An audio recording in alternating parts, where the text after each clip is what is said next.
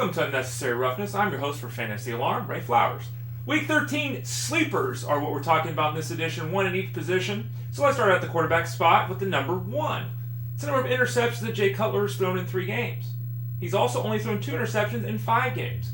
He's almost playing mistake-free football.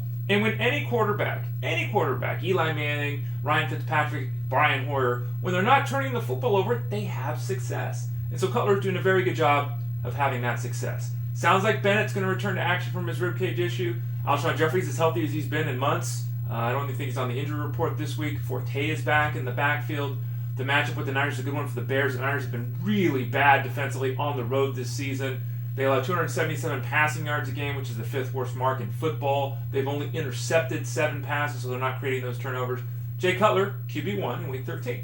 Second number of the day is 2, as in the weeks in a row in which Alfred Blue has had 80 yards from scrimmage. Now, it's not a big number. It's not an exciting number. I don't expect him to be appreciably better than that in Week 13, but we're talking sleepers. It's too obvious to go with the top 25 guys. Anyone could say that. So I'm going with Alfred Blue in a matchup with the Bills team. The Bills rank 16th right now in points allowed to the running back position in the PPR setup. They do allow 4.2 yards a carry, and they're beat up. They've got some injuries on that side of the football, a little bit of uncertainty. They still can't get to the quarterback. That should help things out with that Texans club. So Alfred Blue, he's a flex option. Maybe he sneaks into the RB2s. Don't expect to blow up, but he could have a nice game this week for the Texans. Next number is 5, as in the number of games that have the number of catches, that Kamar Aiken has had in each of the last 4 games. 5 catches, 4 straight games. And it's not just the catches and the yards and the touchdowns getting in the end zone every once in a while that makes him an exciting play. Well, it might be too strong a word. A solid play in Week 13 is the fact that over the last 3 games, he's averaging 11 targets an outing. In fact, he is 5th in football in targets the last 3 weeks. So he's getting ball after ball after ball thrown at him. You look at the Miami Dolphins, the opponent this week, they've allowed 16 touchdowns, which is a lot to the wide receiver position as well. Kamar Aiken, wide receiver 2-3, a guy with a chance to replicate what he did last week. Those 575 touchdown kind of games, those kind of things, could happen for Kamar Aiken in Week 13.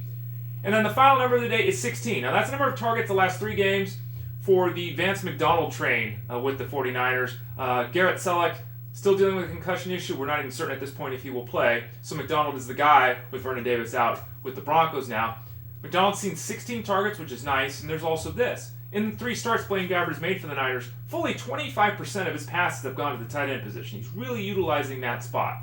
Now, the Bears have only allowed 2 touchdowns this season to the position, so the matchup ain't a great one if we're looking for scores from McDonald, but if you're looking for that dart throw late, volume is there, usage is there, it looks like it'll be all McDonald, probably not Selleck, this week for the Niners.